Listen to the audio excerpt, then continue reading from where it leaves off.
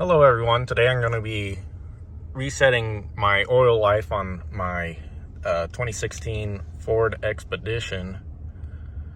So I've got the vehicle on, the key on, obviously it's running. I don't know if it has to be off or if it can be running, but we're going to find out. So you're going to go to settings, advanced settings, vehicle, oil life reset, and then you're gonna hold this OK button, and there you go, and it's been reset to 100%. So that's all done. So that's how you reset the oil life on your Ford Expedition.